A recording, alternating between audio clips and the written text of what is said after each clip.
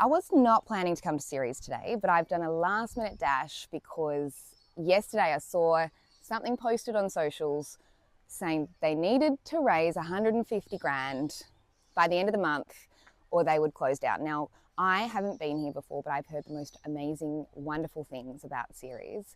And I was like, I have to get there and I have to help. The good news is they raised that 150 grand, but that's for now, okay? We need to find a way to somehow help work with CERES so that there is a more sustainable option, that they're not relying on, you know, on I guess, hope that these things will come through. So I'm here, I want to give you guys a tour. I have got the amazing Duncan with me today, and got about 5 minutes before I have to get in the car to head on home and do all the rest of the jobs and the pickups and stuff. But this is I just want to show you guys a quick look at this, to show you how amazing this place is. We're in Brunswick, so close to Melbourne CBD. Even if you're not from Melbourne, guarantee you'll be visiting Melbourne at some stage in the future. This is free. You just walk in when it's open. Anyone can come here.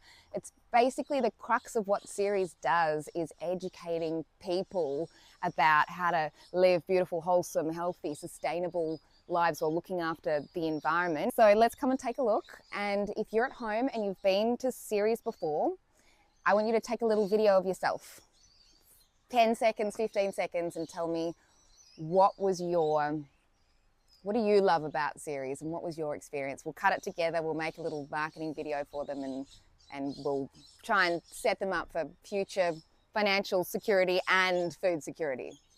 What is this? So these are our community allotments.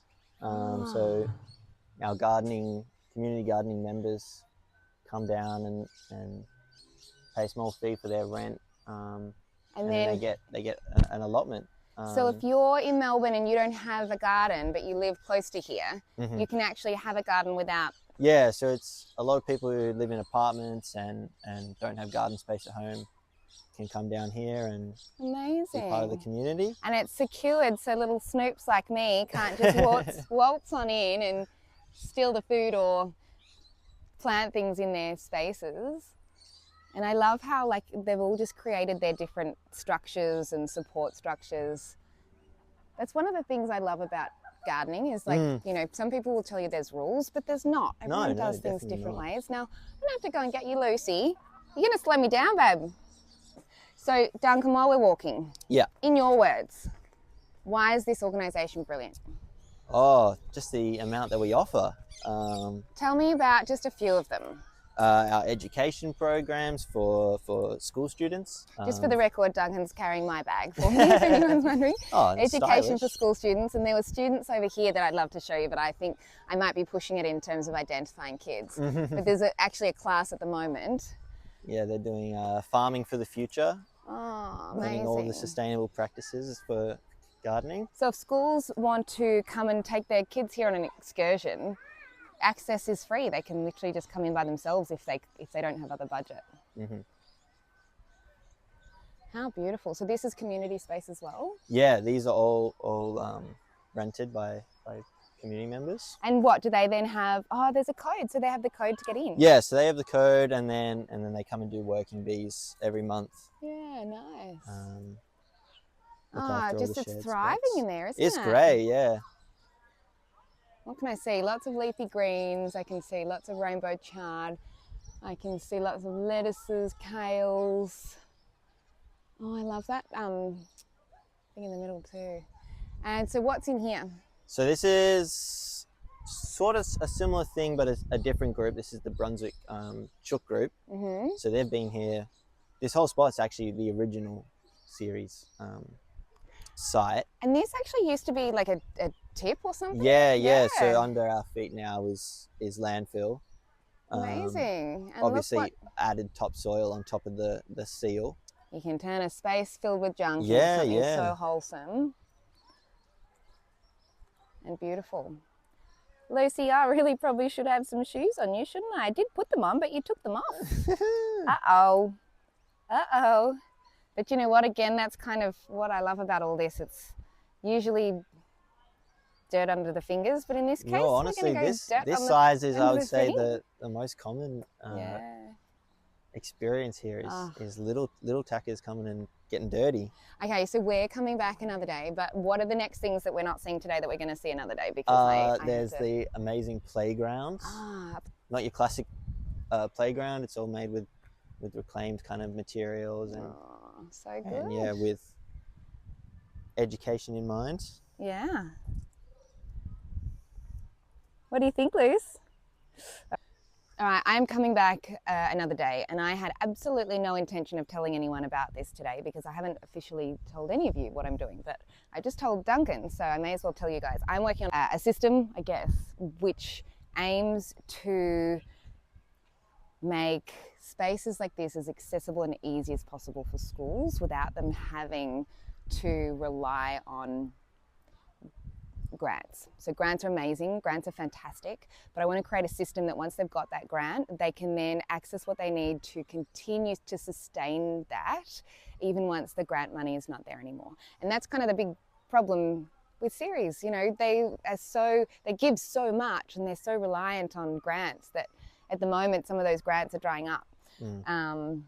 I haven't worked out how to solve this problem yet, but I reckon together maybe we can. But I've been working on solving the schools problem. I've got a business registered. I've got a website nearly ready to launch. If you're interested in finding out more, I'll put the link in the description. If you want to donate to CERES, I'll also put the link in the description. They have hit their target, but that's just to keep them alive post the end of the month.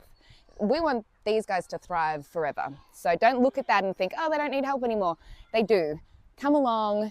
Volunteer your services. If that's not growing, do you have amazing business knowledge? Do you have, are you an expert in not-for-profits, helping them, I guess, develop more sustainable business models? I don't know. They haven't asked me to say this. I might get in trouble. Duncan's like, oh, I hope she's not quoting me. But seriously, if you're out there and you can help, and I'm not talking about a handout. Handouts are great. If you can donate, great. But if you've got something more sustainable and long-term that you can offer to CERES, this is an organisation that we should be supporting. And sometimes just a mentor from a business perspective might be all that's required to turn things around. Again, they haven't given me permission to ask you this, but I reckon we can still help. So once we've done this, we're going to do the same over there. We'll mulch that as well. We're going to try and clean it up a bit as well. Where would you like? Oh, you're recording now. Yeah, I like the real stuff. Oh, okay. You were just about to tell me, except you've got shadows on your face, I'm going to spin around. You were just about to tell me what you're doing here. Oh, okay. So I work for an organisation called Catalyst. So we work with people, particularly young people with intellectual disabilities. These folk that are here with me today have got what they call SLES funding, so it's School Leavers Employment Scheme. So that funding allows them to explore different industries. So that's what we're doing at the moment. We're giving these guys some exposure to horticulture. And this is, hey Jean-Luc, how many times do you reckon we've been out here now? Well, About 4 times? I think. What do you reckon? Yeah, I think 4 or 5? 5, yeah. Yeah. Are you happy if I put this on YouTube? Is that okay?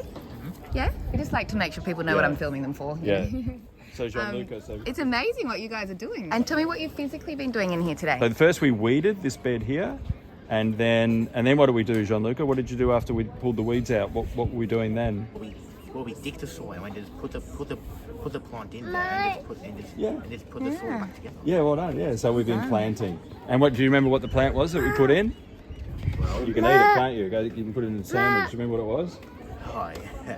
Probably lettuce. Yeah, well done. Yeah. So we've been planting lettuce. So one of the things I find people actually love hearing about on my channel is what you can plant when. So what are you putting in today? Oh, okay, yeah. So just keep in mind I'm not a gardener. No, but that's the point, right? We can all do it. Yeah, that's right. That's No, actually, I'm a keen gardener, but I wouldn't know what goes in what time of year. Except tomatoes going in spring, I know that. But today we've been putting in cos lettuce, beets, and something else, but I can't remember what they were. So that's what I love though, because some people think that you can't grow things unless you have all this knowledge, but you really don't have to have all this knowledge. You just got to get the basics right. I love gardening, and I have a large garden at home, and I'm in it all the time. But we all just work it out as we go, don't we? Yeah, that's right. Yeah, basically. It's a 2-year program. These are our second years, and ideally by the end of the program they will have a job. They'll have a paid job, so they won't need the funding anymore. Beautiful. That's what we're trying to do. We're trying to integrate them into society, have jobs, and build their independence. The other thing this does, this work here, It's about building their resilience. Yeah. So particularly their stamina, their resilience. So these guys are doing a longer shift. They do from 10:30 to 2:30. So it's like a 4-hour shift on their feet, out in the open, building their resilience. Yeah. Now, CERES, the reason we've, it's sort of sprung to my attention again today is because they basically made a public appeal and said if we can't raise 150 grand by the end of the year, they can't stay open. Who can't? CERES can't. Yeah. How special is this organisation? Well, to us, they've been amazing. Like the best part. I mean, obviously it's beautiful and it's well run and what have you, but the people are amazing. The people are really good.